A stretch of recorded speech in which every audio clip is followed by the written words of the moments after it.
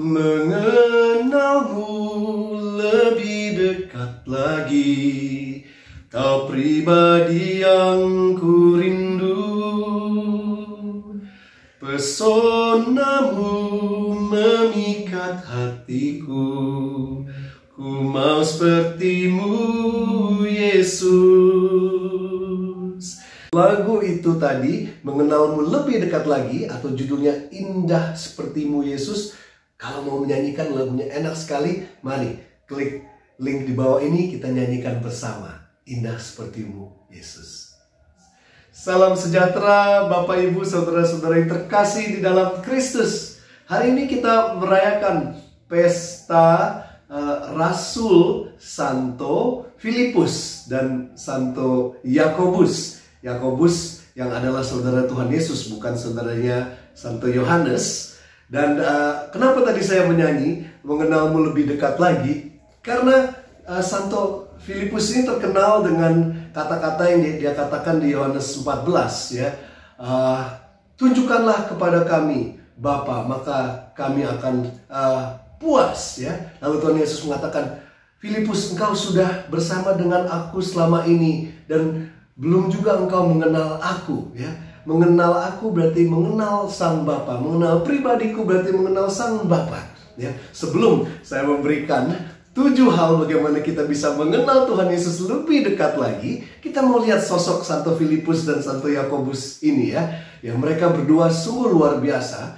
Karena dari Santo Filipus, pertanyaan dia yang tentang Bapa, tunjukkanlah kami Bapa, maka kami akan puas, muncullah dan timbullah seluruh doktrin tentang Allah Tritunggal Maha Kudus ya, Bapa, Putra, dan Roh Kudus. Kalau Filipus tidak bertanya begitu, kita tidak akan menggali terus misteri yang tidak pernah habis itu tentang Bapa, Putra, dan Roh Kudus. Filipus mungkin kita pikir, Filipus kamu bodoh sekali ya, Santo Filipus. Tapi tidak, kita semua sepertinya sama kalau kita sadar ya. Kita masih mencari siapa sosok Bapa di surga itu yang sebenarnya, yang sudah ditunjukkan oleh Tuhan Yesus. Tetapi karena kita belum benar-benar mengenal Tuhan Yesus ya, bahkan Filipus yang sudah 3 tahun bersama dengan Tuhan Yesus, masih setelah Tuhan Yesus mati dan bangkit terus mencoba mengenal lebih dalam tentang Tuhan Yesus. Tapi Santo Filipus luar biasa. Dia juga yang menunjukkan ya, ada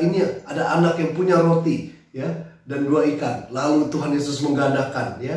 Nah, Filipus itu juga bersama-sama dengan Santo Yakobus. Nah, Santo Yakobus ini memang tidak terlalu banyak dikenal oleh gereja ya, tetapi dia akhirnya menjadi uskup pertama dari Yerusalem ya. Dikatakan Santo Paulus bertemu dengan dia. Dia menjadi uskup di Yerusalem selama 30 tahun ya, sejak dia umur 60-an. Kasihan memang Santo Yakobus, dia akhirnya mati dilempar dari atas. Bayangkan sebagai seorang uskup umur sudah 96 ya, dia membela Tuhan Yesus dan orang tidak suka sehingga orang tunjukkan ya, dia dari atas sampai dia jatuh sudah patah kaki di bawah, lalu dia mendoakan supaya mereka semua diampuni dosa-dosanya, lalu mereka bukannya malah bertobat, tambah lagi timpuk dia dengan batu besar sehingga akhirnya dia mati menjadi martir ya. Itulah Santo Yakobus. Nah, sekarang kita mau mengenal bagaimana kita bisa mengenal Tuhan Yesus lebih dekat lagi dengan 7 cara. Mengenal seseorang itu pertama-tama kita mau mengenal sosoknya. Kalau belum tahu dalamnya, kita lihat luarnya dulu kan. Kita lihat ya bagaimana penampilan dia. Nah, kita coba lihat Tuhan Yesus 7 dari 7 karakteristik di tubuhnya dia. Dari kepala sampai kaki kita mau kenal Tuhan Yesus ya. Kalau kita mengenal kepalanya, pikiran Tuhan Yesus ya. Bagaimana itu? Tuhan Yesus mengatakan, aku akan pergi dan aku akan meninggalkan engkau, tetapi aku akan mengirim kepadamu Roh Kudus, sehingga dia akan mengingatkan kepadamu semua yang sudah aku ajarkan kepadamu. Artinya, kita harus terus memohon kepada Roh Kudus untuk memberikan kita penerangan, inspirasi, agar kita mengenal Tuhan Yesus lebih dalam lagi, mengenal segala ajaran-ajarannya. Ya. Nah, dari kepala turun ke mulutnya. Firman Tuhan Yesus itu apa? Ya, kalau kita mau tahu kata-kata Tuhan Yesus, firman-Nya, kita harus sering-sering dekat dengan sabdanya, yaitu adalah Alkitab. Sering membaca Alkitab, sering merenungkannya, sering mengingatnya, ya, sering kita bawa sehingga meresap ke dalam hati dan jiwa kita. Ya, firman Tuhan itu bagai pedang bermata dua yang bisa masuk ke dalam relung jiwa kita dan mengenal kita. Ya, kita harus juga mengenal kata-kata yang keluar dari mulut Tuhan Yesus. Nah, kalau sudah dari kepala, mulut, pasti turun ke tubuhnya. Ya kan? Nah, kalau kita bilang Tuhan Yesus adalah ya kepala, berarti tubuhnya adalah gereja. Kita adalah tubuh Kristus. Komunitas gereja adalah tubuh Kristus. Kita mengenal Tuhan Yesus juga dengan mengenal komunitas. Kita hidup tidak sendiri. Kita hidup bersama-sama dengan pengikut Kristus lainnya yang sama-sama masih berjuang, yang sama-sama tidak sempurna, yang sama-sama masih berdosa, yang sama-sama membutuhkan ya pengampunan, kasih, kerahiman Tuhan Yesus. Kita bertumbuh bersama di dalam tubuh Kristus. Itu kita mengenal Tuhan Yesus lebih dekat lagi. Sehingga saat kita mengenal tubuh Tuhan Yesus, pasti kita masuk ke dalam hati Tuhan Yesus. Ya, apa di dalam hati yang terdalam Tuhan Yesus? Kita bisa melihat kerahiman Tuhan Yesus, ya. Hatinya penuh dengan pengampunan, kesabaran, ya. Dia memberikan pengampunan kepada kita tanpa batas, ya. Kita mengenal bahwa ya atribut sifat Tuhan yang paling mulia itu adalah kerahimannya, pengampunannya, yang melebihi daripada segala dosa-dosa kita. Jadi kita mau mengenal juga tidak hanya tubuhnya, tetapi hati Tuhan Yesus. Dari hati, dekat-dekat hati ada lambung. Kita mau mengenal juga luka-luka dari Tuhan Yesus. Tidak hanya di lambung saja, di tangan, ya. Dia juga dicambuk, di kaki, ya.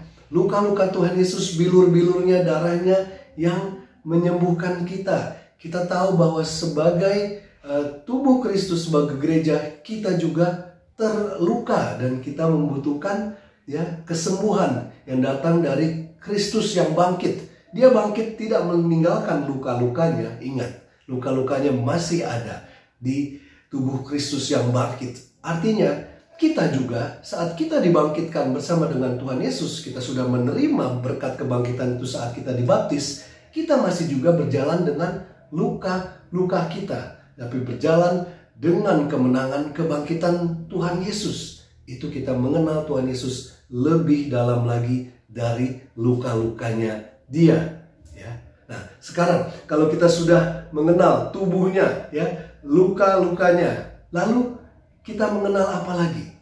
Tadi kita lihat di tangannya ada luka. Sekarang kita mengenal tangan Tuhan Yesus juga, ya. Coba kita hitung. Kepala 1, mulut 2, ya, tubuh sudah 3, hati sudah 4. Lalu lambungnya, lukanya sudah 5. Sekarang kita lihat tangannya.